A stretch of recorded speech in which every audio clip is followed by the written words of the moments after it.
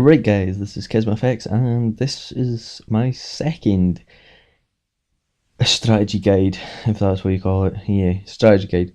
So what we're going to be doing is I'm basically going to be showing you the best tactic that I've got. What am I doing? Best tactic that I've got for this is numa. This is a Call 5 map, which is pretty nice. It's a pretty nice map actually to play, and I hope you enjoy me playing this map. I did enjoy going around.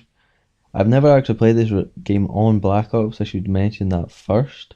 It's quite good on Black Ops, I enjoy it on Black Ops, and I will definitely be going for a high round on Black Ops. So basically, I fast forward the start of this, just because it's boring for you guys to watch, it's boring for me to watch, it's boring for me to commentate over. So you basically need to point whore and buy the gear for this strategy. And after you've done that, you basically, all you have to do is point whore some more with the gear and leave it at about round, give and go, about round 4, the end of round 4, as I do.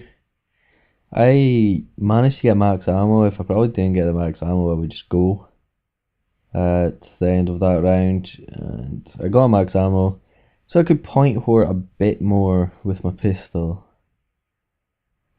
So basically, you want a pistol as much as you can to get as much points as you can. Don't get trapped in a corner when at least you're doing this, or that is basically an automatic down for you if you get trapped in a corner.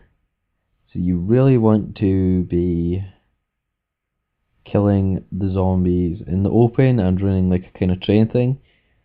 When you get down to the last zombie, it will start running at you. You need to remember this, for just in case you are quite close to the zombie, you feel it's the last zombie, just run away from it and get away. Next thing you want to do is go and unlock the gate at, I think, what's it called again? The fly trap. You want to unlock the gate at the fly trap, and then this is where you're going to rape train the most. The reason how I stopped beside the bridge is I was going to go over and see what the perk was, but that's not an actual good idea in the middle of a round.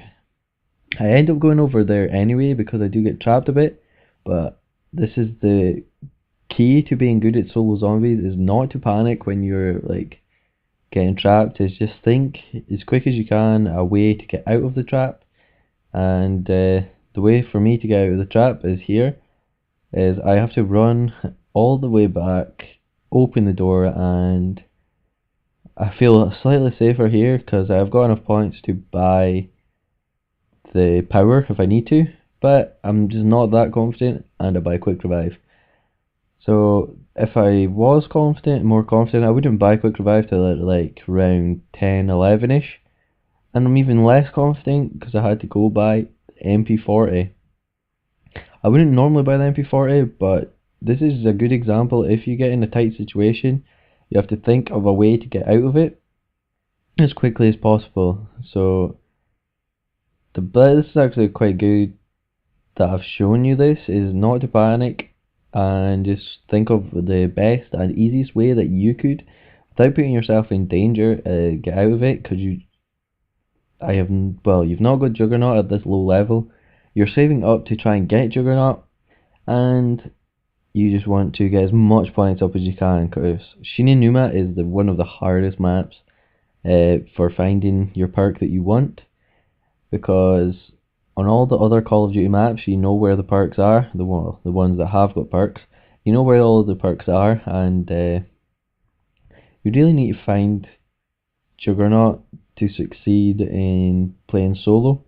I get double tap here, and double tap's okay, I suppose. You can use it quite, but well, it is quite useful, but you don't really want it anyway. Well, you don't need it this early on. I bought it because I had the points. It gives me a bit of advantage from not having my Juggernaut yet, and I noticed this guy is really slow. So I decided to run and go and open this door, the storage door. I just noticed the name there when I'm watching this back, the storage door, and when I ran past him, the guy turned into a sprinter zombie. You have to remember this. This will always happen. The reason I'm just hanging back there is that I thought it could be dogs, but turns out it wasn't, so I'm kind of safe. The first set of dogs, I have to admit, is not what you should be doing.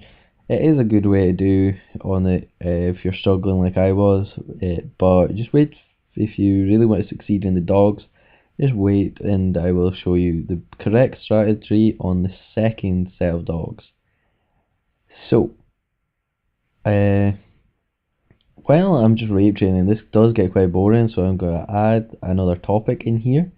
The topic is going to be what is coming up in my channel. It is basically going to be a series that I go into every zombie map that I've got. So, and I am only allowed to stay in the spawn room for as long as I can. I might do some live commentary, some will be just recorded normally, and it will be my first or second attempt at it.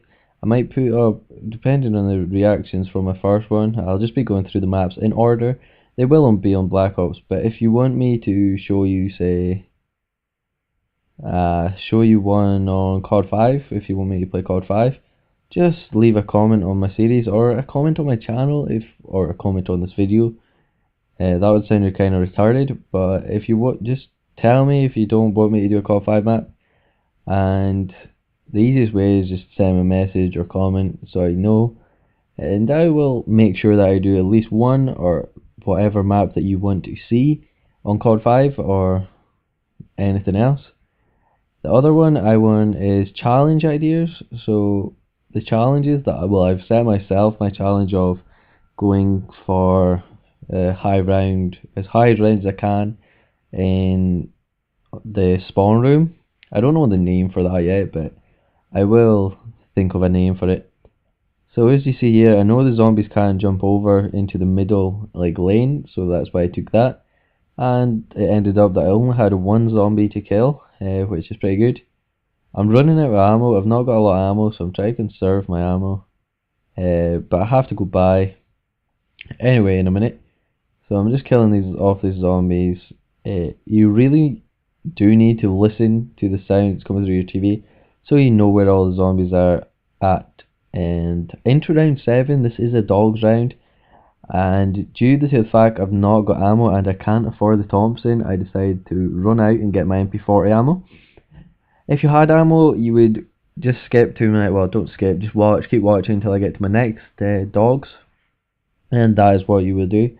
But you would need bouncing betties, so if you don't have bouncing betties, you might as well just keep away from the dogs as much as you can, and always run away from them, don't run towards the dogs. The reason for this is they can lunge really quickly twice and you get a cheap down if you've not got Juggernaut, but I'm quite okay because I've got Juggernaut. Just waste the rest of my ammo on that gun. I know there's got to be a max ammo, so I just decided to spray. I got stuck there, but I did actually start to panic a little bit because I thought I was going to get downed from the dogs. But the key thing is not to panic and just concentrate. And that turned out not to be that hard against that dogs. I just paused here for a bit because I was actually getting a drink whilst I was playing this. And I didn't pause the game. This is a stressed fact that I have to make, is that you have to pause the game. The amount of times I've been downed on high levels and low levels at that from not pausing the game and going for a drink or going to the toilet and that, if you're going to do anything outside of the game, pause it. I can't, you really need to pause the game. It will help you, well, it will save you so many times from, if you get a nuke, just going away and get a drink, or just taking a drink. You really need to pause the game regardless, because an odd zombie can just pop out and probably down you if you've not got your controller or you're not focusing on the game. So zombies does need a lot of focus, and well, it's obviously needed to focus if you're going to succeed into high levels. Well, the next topic I want to kind of speak about on my channel basis, I have cleared all my records or high round records on my channel due to one fact, is they're kind of pointless if I can't prove that I've been to that levels. So now I'm only got the level that's got to be shown on my YouTube